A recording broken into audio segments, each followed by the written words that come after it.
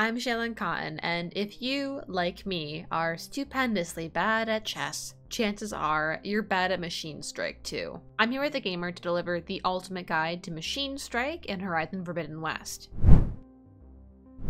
What's an open world adventure game without a good mini tabletop strategy game? Throughout Horizon Forbidden West, you can find NPCs stationed at settlements with their Machine Strike board set up. You can find the first challenger right in Chainscrape. Machine Strike plays a bit like a cracked out version of chess. Like chess, you have a variety of pieces, or strike pieces, which resemble actual machines. Each has its own stats, types, weak points, and sometimes even special skills. Different pieces also have different victory point values. There are 40 types of strike pieces to be found in total. But unlike chess, at the start of every game, you get to choose not only which pieces from your set you'd like to use, but where to place them on the board. You're restricted to the first 2 rows on your side to start, but this makes setup a really crucial part of the game. Also, completely unlike chess, each board uses terrain tiles, and the layout varies from challenger to challenger.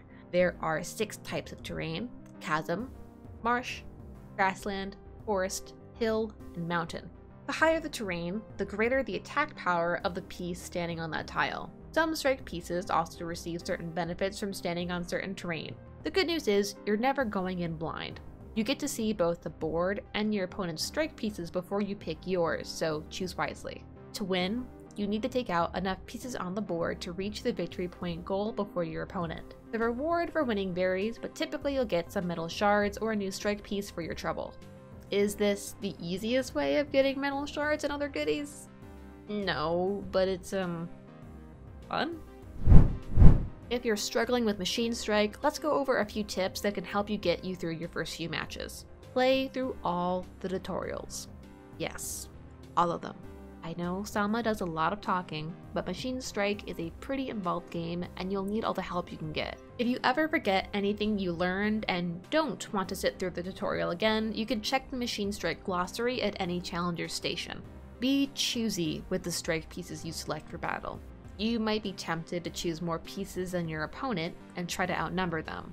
Sometimes it's better to have fewer pieces with more attack power. Just be cautious because often the pieces with more oomph also cost more victory points. You can rotate your view of the board with L1 and R1. This mostly helps with getting a better look at your strike piece's weak points. Just like real machines, Machine Strike pieces have strong points and weak points. A piece's strong point is blue and its weak point is red. Each piece has different weak points, so be mindful of this before moving a piece out onto the board. A piece with a larger weak point might be too vulnerable out in the open. You can also rotate pieces after moving them to make sure its strong point is positioned to your advantage. You don't have to attack every single opportunity you get. This one took me a while to understand. Because terrain is such a huge component of this game, oftentimes it can be better to keep your pieces on high ground and wait for the enemy to come to you.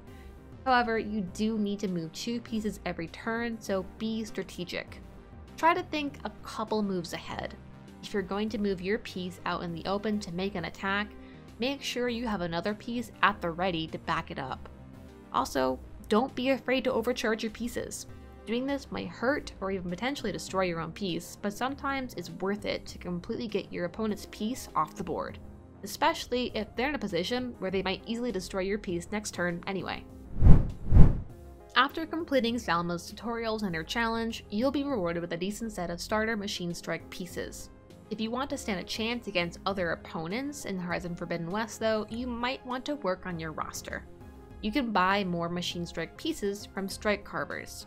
These merchants can be found at any hunting ground throughout the game.